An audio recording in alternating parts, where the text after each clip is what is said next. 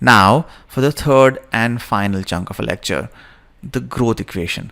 Are there alternate growth models that we can look at that step away, that walk away from our classical lens of looking at the future of Pakistan's growth model?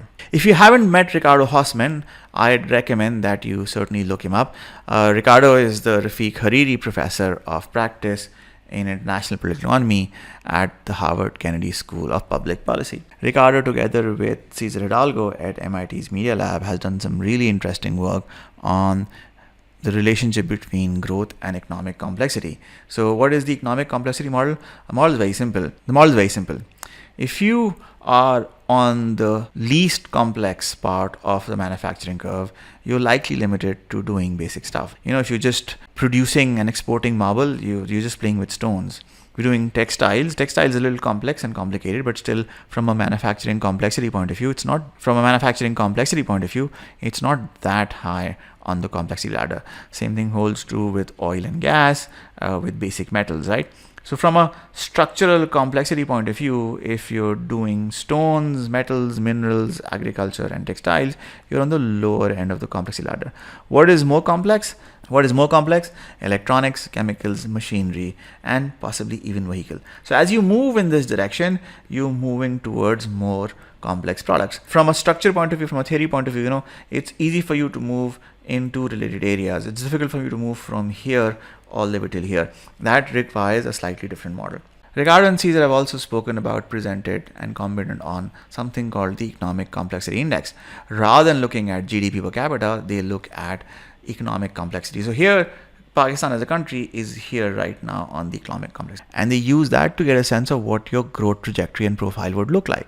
So for example, here is where we are on the ECI, and the highest ranked countries on the ECI, surprise, no surprises there, are Japan, Switzerland, and Singapore. Where is India? India is right about here. Turkey about here. China about here, right? So you get a sense of where we are. So their take is, it's not where you are on the index right now, it's where you're going. And what does your trajectory look like? So if you go back here, if you actually have the capacity, if you have the profile, if you have the resources, if you have the education, if you have the networks, it is possible for you to sort of go from here to here to here to here to here, right? This is where things get interesting. From both Dr. Hausman and Dr. Hidalgo's work, they present growth and economic complexity as a game of Scrabble. So the more letters you have, the more words you can make. For example, if you only have 3 letters, you can only make 4 words. But if you have 10 letters, you can make about 600 words. And their sense is, it's not so much a question of specialization, more a question of what more do you do.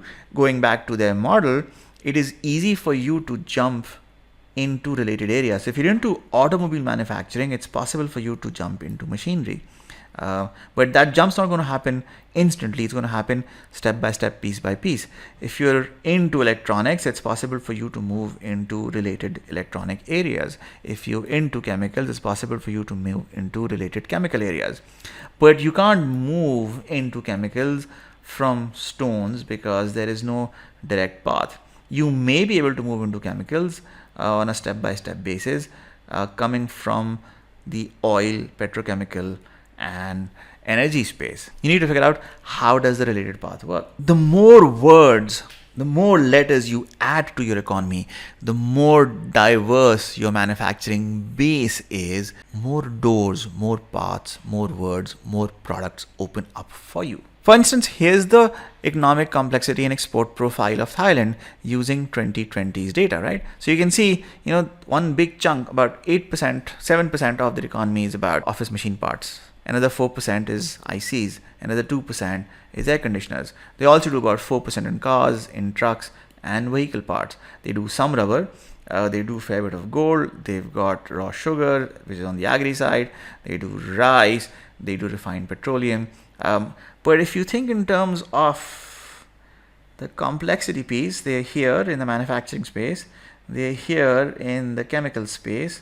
They're here in the automobile manufacturing side, right? Transportation and logistics. They also have agri. So fairly diverse, broad complex economy with lots of future options for growth. Here's Ghana, a very different profile. And I'll give you a sense of, where an economy lands and what paths for future growth exist for them. What about us? What about Pakistan? How does Pakistan fare on the Economic Complexity Index? Well, that's our profile. That's us in 2000. You can see 20 years ago, we were very focused, heavily focused on the textile side. Total export proceeds were about $8 billion 20 years ago. And these were the markets that we focused on and worked with. How has this profile changed in 20 years? What do you think? So look at this, right? Your biggest chunk in textile products was about non-retail pure cotton yarn and then house linens.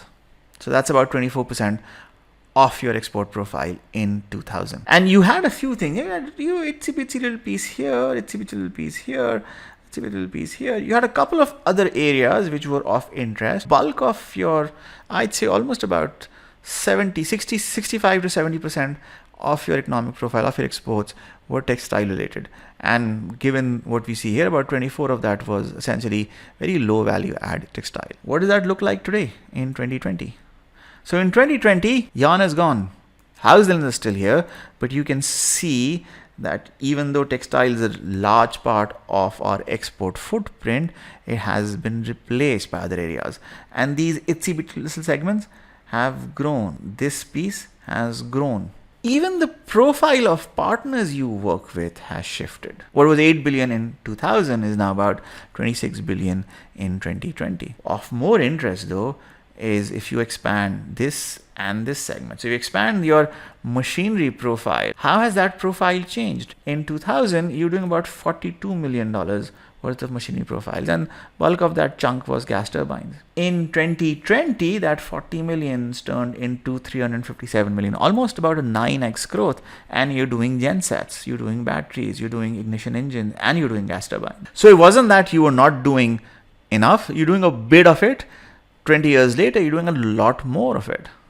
Take a look at your chemical profile. In 2000, large chunk of your profile was basic acids and active pharmaceutical components. 2020, you're now doing about 50% in active pharmaceutical components. This was 75 million in 2000. It's 526 million. 7x growth in that same time frame. How about us versus Bangladesh? From our economic complexity index and from a growth profile perspective, how does the diversification potential of Pakistan's manufacturing base compare with Bangladesh? What does path options for future growth look like for the two countries? This is us at 25 billion, and this is them. Larger footprint, bigger numbers, higher dollars, but this is clearly a lot less diversified compared to where we are. And because of this diversity, from a growth perspective at least, the growth outlook on the economic complexity index for Pakistan versus Bangladesh is very, very different. Which now gets us into the complexity piece. So Cesar Hidalgo wrote a great book called Why Information Grows, The Evolution of Order from Atoms to Economies. If you're interested in a deeper dive on the subject, I'd highly recommend the book. Buy it, download it, put it on Audible, listen to it, hear it in your commute back and forth from work. Cesar's perspective is very simple. Cesar's perspective is this concept of person byte. A person byte is the sum total of information knowledge that one person individual can hold. You need a certain amount of person byte of information to track a complex problem. More complex problem can be solved if you can collect a network of individuals who can easily contribute, share, and diffuse their knowledge across the network, which would then lead us to network byte. And the network bytes would lead to city bytes, and city bytes would lead to country byte. The objective of increasing, jumping, going higher on the ladder of economic complexity is to increase the sum total, the country byte of information a nation holds, or a network byte of information, city byte of information that you hold in that collective network. How do you increase that? You increase that through imagination, through creativity, through knowledge, through tolerance, through diffusion of ideas, and through increasing your vocabulary. Remember the letters on your Scrabble board? Increase that, shift that forward. You would be able to move upward on the complexity ladder. Cesar's take is very simple. Products represent crystallization of imagination. Our ability to take an idea from an imagination perspective all the way down to physical, tangible form requires us to have a couple of components, crucial components. The biggest one of those components is you cannot crystallize anything unless and until you have these two pieces, imagination and creativity. And then you can't bring networks together unless and until you have a knowledge base. You have the tolerance for new, different, scary ideas that challenge the status quo. You have the ability to diffuse those ideas across your network, across your system of knowledge. What's the common theme across all of these areas? That common theme is education. Now you understand why I am so positive and so bright on the trend and the shifts we saw on the education side. Education is the tool, is the key that you use to unlock the complexity equation.